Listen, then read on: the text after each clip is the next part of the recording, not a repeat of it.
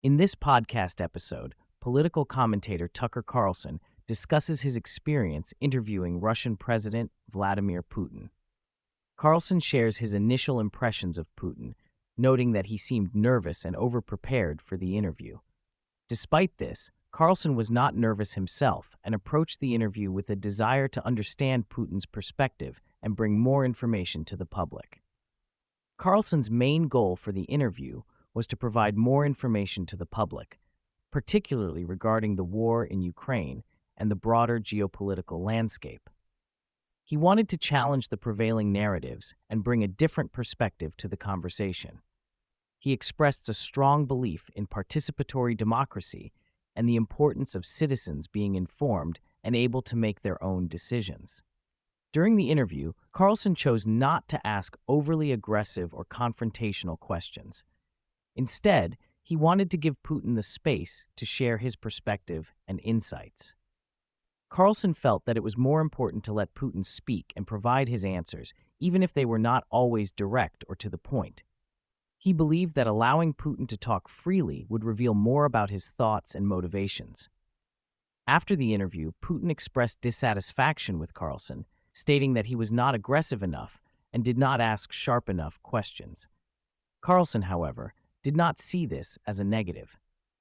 He felt that his approach of letting Putin speak and focusing on important topics was more valuable than trying to challenge or confront him. His main focus was on bringing out information and perspectives that were not commonly discussed in the media. Carlson expresses sadness over the death of Russian opposition figure Alexei Navalny, who died in prison. He acknowledges the importance of political freedom and the troubling implications of imprisoning opposition leaders.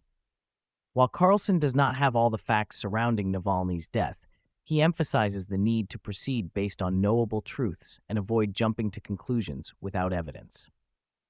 Throughout the interview and his travels to Russia, Carlson was aware of potential surveillance by U.S. intelligence agencies. He shares that his phone was likely being monitored and that he had to take precautions to protect his privacy. Despite being tracked, Carlson maintained a pragmatic attitude, acknowledging the limitations of privacy in the modern world. Carlson expresses frustration with the media's role in leaking information about his activities and potential surveillance. He criticizes the lack of privacy and the intrusion of intelligence agencies into journalistic activities. He emphasizes the importance of preserving freedoms, including privacy and the ability to speak freely in the face of increasing surveillance and government interference. Carlson criticizes the obsession with political leaders and personalities, arguing that the focus should be on policies and their practical effects on people's lives. He believes that seeking power for its own sake corrupts individuals morally, and that true leadership should be measured by the well-being of the country and its citizens. He rejects the notion of moral victories and emphasizes the importance of factual victories on the ground. The conversation shifts to the role of the media and politics in shaping public perception and influencing democracy.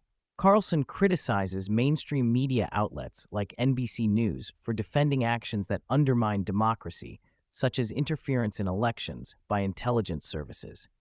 He highlights the lack of freedom of speech and press in countries like Russia and Ukraine, pointing out the hypocrisy of Western media outlets that claim to champion democracy while ignoring violations in their own countries.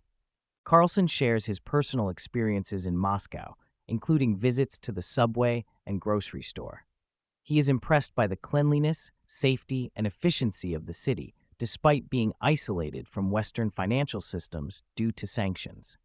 He reflects on his preconceived notions about Russia and how his trip challenged those beliefs, leading him to question the state of American cities and governance. The conversation delves into the concepts of central planning and capitalism, with Carlson noting the presence of central planning in the U.S. government's climate agenda and other policies. He argues that the U.S. has deviated from true capitalism, citing the dominance of monopolies and government intervention in the economy. He emphasizes the need to update assumptions about the economic system and calls for a return to a more sensible and moderate approach. Discussing freedom of speech and press, Carlson challenges the notion that the U.S. ranks high in press freedom, pointing to instances of censorship and self-censorship in the media. He highlights the importance of being able to speak freely without fear of reprisal, noting the lack of true freedom of expression in many Western countries. He criticizes the suppression of dissenting voices in the media and calls for a more open and honest public discourse. The podcast touches on Carlson's past encounter with Jon Stewart on the show Crossfire, where Stewart criticized Carlson for being a partisan and contributing to a divisive political environment. Carlson dismisses the criticism, stating that he is not a partisan, but rather someone who values honesty and integrity in political discourse. He views Stewart as a bitter and disappointed individual who places too much importance on political debates. Carlson criticizes Jon Stewart for calling himself a truth-teller while not taking unpopular stances against powerful figures. He points out that Stewart's moral views drive his comedy and that he is more partisan than he claims to be. Carlson shares his personal experience of being criticized for his views and how he has faced humiliation on television. He admits to making mistakes, but also stands by his beliefs. He also discusses his reluctance to watch himself on television and how he values honesty and integrity in his work. During his interview with Putin, Carlson notes that Putin did not criticize Joe Biden or NATO, indicating a desire for a settlement in Ukraine. He expresses empathy for Ukrainian President Zelensky, who he believes has been misused by the U.S. government for geopolitical ambitions. Carlson criticizes the U.S. government's role in prolonging the conflict in Ukraine and calls for a peaceful resolution. Carlson analyzes Putin's statements about densification and the justification for continuing the war in Ukraine. He finds the use of the term Nazi to be disingenuous and believes it hinders peace negotiations. He questions the narrative presented by Putin and suggests that it may be aimed at different audiences for political reasons. Carlson shares insights from off-camera conversations with Putin, where they discuss the desire for peace and the challenges of negotiating with NATO and the U.S. government. He highlights the importance of open dialogue and understanding different perspectives in conflict resolution. Carlson criticizes the U.S. government's role in escalating tensions with Russia and Ukraine, citing instances where diplomatic opportunities were missed. He questions the motives behind U.S. actions in the region and calls for a reevaluation of foreign policy decisions. Drawing parallels to World War II and the Cold War, Carlson discusses how historical events shape current perceptions and decision-making. He emphasizes the need for a nuanced approach to international relations and the dangers of applying outdated frameworks to modern conflicts. Carlson shares his views on the 2020 election, expressing skepticism about the integrity of the voting process and the outcome. He criticizes the handling of the election, citing concerns about censorship, misinformation, and the influence of external factors. He questions the leadership abilities of President Joe Biden, highlighting his perceived cognitive decline and the implications for national security. He also discusses the lack of younger, more qualified candidates in the political arena and the influence of money and power in shaping political decisions. Carlson expresses his concerns about the state of American democracy, particularly in relation to the treatment of Donald Trump. He criticizes the use of the justice system to target political opponents and highlights the importance of preserving the democratic process. He also shares his thoughts on the power and influence of intelligence agencies like the CIA, emphasizing the need for transparency and accountability in government. The conversation shifts to the ongoing conflict between Hamas and Israel, with Carlson offering his perspective on the situation.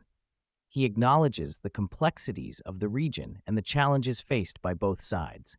He emphasizes the importance of sovereignty and self-determination for each country while also advocating for peaceful resolutions to conflicts. Carlson expresses his interest in interviewing world leaders, citing the value of gaining different perspectives and expanding his own understanding of global issues. He highlights the importance of curiosity and open-mindedness in engaging with diverse viewpoints. He also discusses his admiration for individuals like Joe Rogan, who have created platforms for in-depth conversations with a wide range of guests. Reflecting on his own life and career, Carlson emphasizes the importance of humility and self-awareness. He shares insights into his long-standing marriage and the joys of raising children. He encourages young people to prioritize family and relationships, noting that true fulfillment comes from creating meaningful connections and experiences. Despite acknowledging the challenges and uncertainties facing the world, Carlson remains optimistic about the future of human civilization. He believes in the inherent goodness of people and the potential for positive change. He emphasizes the importance of long-term thinking and ethical decision-making, particularly in the face of advancing technology and societal changes.